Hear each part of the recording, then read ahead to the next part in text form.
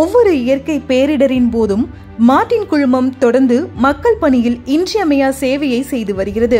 அந்த வகையில் புதுச்சேரியில் ஃபெங்கல் புயலால் பாதிக்கப்பட்ட 70,000 குடும்பங்களுக்கு நிவாரணப் பொருட்களை 25 ட்ரக்குகளில் எடுத்துச் சென்று நிதியாக வழங்கியிருக்கிறது. புயலால் பாதிக்கப்பட்ட பகுதிகளை நேரில் சென்று ஆய்வு செய்த போதுதான் அப்பகுதி மக்கள் அடிப்படை தேவைகளுக்கு கூட வழி இல்லாமல் தவிப்பதைக் கண்டு இம்மக்களுக்காக நிச்சயம் உதவி செய்ய வேண்டும் என்ற நோக்கோடு அவர்களின் தேவைகளை பூர்த்தி செய்ய 5 கோடி மதிப்பு அளவில் மார்டின் குழுமம் இந்த நிதி உதவியை வழங்கியிருக்கிறது. மேலும் 40 ட்ரக்குகளில் நிவாரணப் பொருட்களை வரும் நாட்களில் வழங்க ஏற்பாடும் செய்திருக்கிறது. புதுச்சேரியில் மட்டுமின்றி புயலால் பாதிக்கப்பட்ட இன்னும் பிற பகுதிகளையும் நேரில் சென்று ஆய்வு செய்து அவர்களுக்கு தேவையான உதவியை மார்டின் குழுமம் செய்து வருகிறது. 2 வீலர்ல இருந்து ஆட்டோல இருந்து எல்லாமே அடிச்சுக்கிட்டு நாங்க இந்த வாய்க்கா ஒட்டில் இருக்கிறோம். எல்லாம் அடிச்சுட்டு உள்ள வந்துருச்சு. தண்ணியெல்லாம் உள்ள வந்துருது. ரொம்ப கஷ்டமாயிடுது. ஒரு வாரம் வேலைக்கே போகல. ரொம்ப நன்றிப்பா கொடுத்ததுக்கு. இல்லாதவங்களுக்கு உதவி செய்யறதுனால அவங்களுக்கு நல்ல புண்ணியமா இருக்கும். எல்லா விதத்துலையும் உதவியா இருக்கும். இது மீதி பேர் பணமே செலவு பண்ணாதப்போ இந்த மாதிரி பணம் செலவு பண்ணி செய்யறது ரொம்ப வரவேற்கத்தக்க.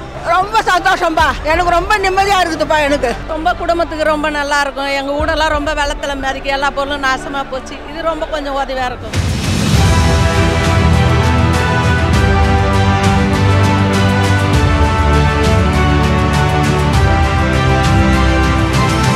கஷ்டப்பட்டு நாங்களே ஒரு எங்கள் பூர்வீகம் மயன்மார் பர்மாவிலேருந்து அப்போ அங்கே சிவில் வார் வந்தது, போர்.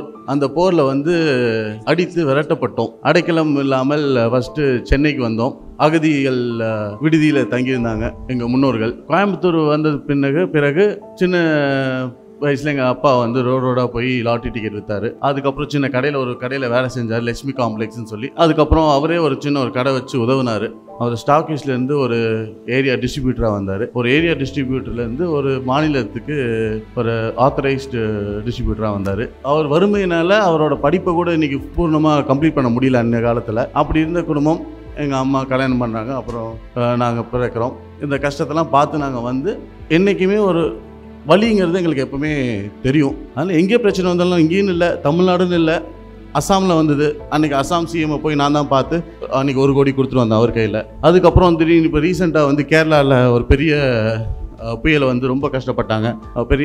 நிறைய பேர் வாழ்வாதாரமே ரொம்ப பாதிக்கப்பட்டுச்சு. அன்றைக்கி கேரளா மக்களுக்கும் நாங்கள் மலையாளி மக்களுக்கும் நாங்கள் அங்கேயும் போய் நின்று கொடுத்துட்டு வந்தோம். அதே மாதிரி கொரோனா வந்தது. கொரோனா விஷயத்துக்கு அந்த டைமில் 8 கோடி போய் நாங்கள் இவருக்கு நம்ம சிஎம்ஐ பார்த்து அங்கேயும் நாங்கள் என்றைக்கும் எங்கள் ஆதரவு எப்போவுமே யாராக இருந்தாலும் என்றைக்காக இருந்தாலும் எந்த மக்கள் பாதிக்கப்பட்டாலும் நாங்கள் கூடவே நின்று எங்கள் ஆதரவை தெரிவிப்போம். ஸோ இந்த மாதிரி என்றைக்கு நாட்டுக்கு நம்ம மக்களுக்கு என்றைக்குமே ஜாதி மதம் எந்த ஒரு வேறுபாடும் இல்லாமல் எப்போ எங்கே ஒரு கஷ்டம் இருந்தாலும் நாங்கள் என்றைக்குமே கூட நின்று சப்போர்ட்டாக நிற்போம். இனிமேலும் நிற்போம். ஏன்னா நானும் ஜான்குமார் அங்கிள் கூட அண்ணன் கூட நாங்கள் வீதியாக நடந்தோம்.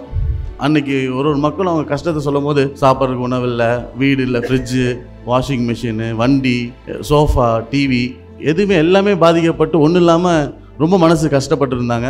கார்ப்பரேட் ஈவெண்ட்டில் ஃபன் பண்ணுவோம், நாங்கள் வேலையை பார்ப்போம், பிஸியாக இருப்போம். இங்கே மாதிரி இறங்கி பார்க்கும்போது அடிமட்ட மக்கள் ஒரு சின்ன விஷயத்துக்கே எவ்வளோ கஷ்டப்படுறாங்கிறது தெரிய வருது.